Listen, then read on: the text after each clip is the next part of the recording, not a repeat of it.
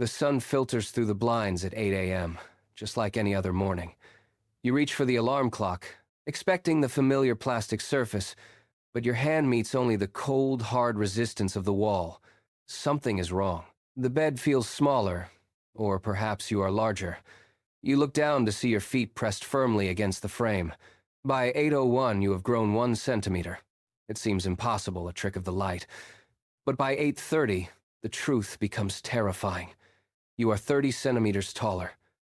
Your pajamas groan, the fabric stretching until the seams finally snap. Your head brushes against the spinning ceiling fan, a cold reminder that your world is shrinking.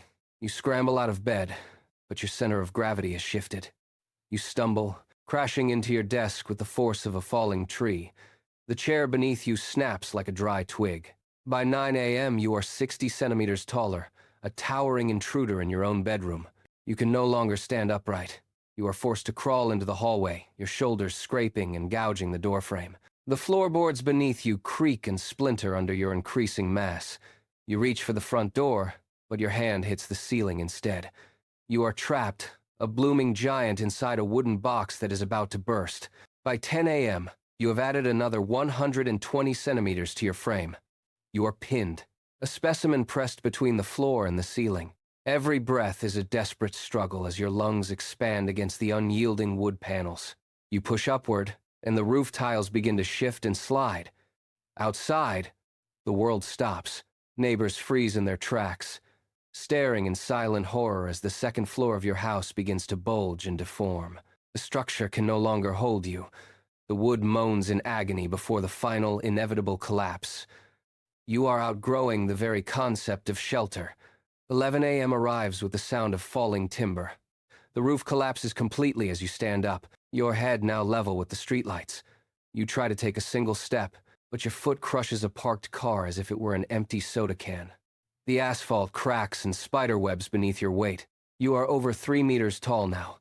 You try to call out for help, but your vocal cords have stretched into thick cables. Instead of words, a low, vibrating hum emerges, rattling the windows of every house on the block. You are a giant trapped in a world built for ants, and the growth shows no sign of stopping.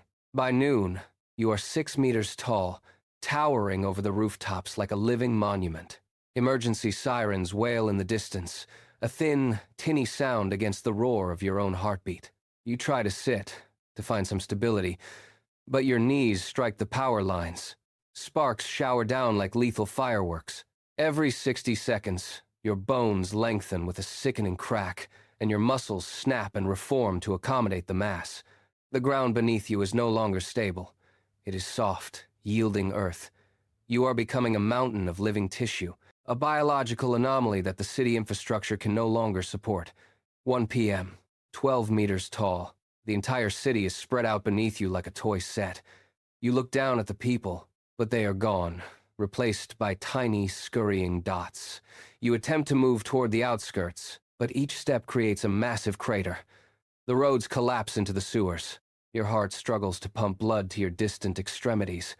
You reach for a skyscraper to steady yourself, but your fingers crush the concrete like wet sand. The building leans, then falls, disappearing into a massive dust cloud. Your growth continues, relentless and silent. You are now the tallest thing on Earth, and you have nowhere left to stand.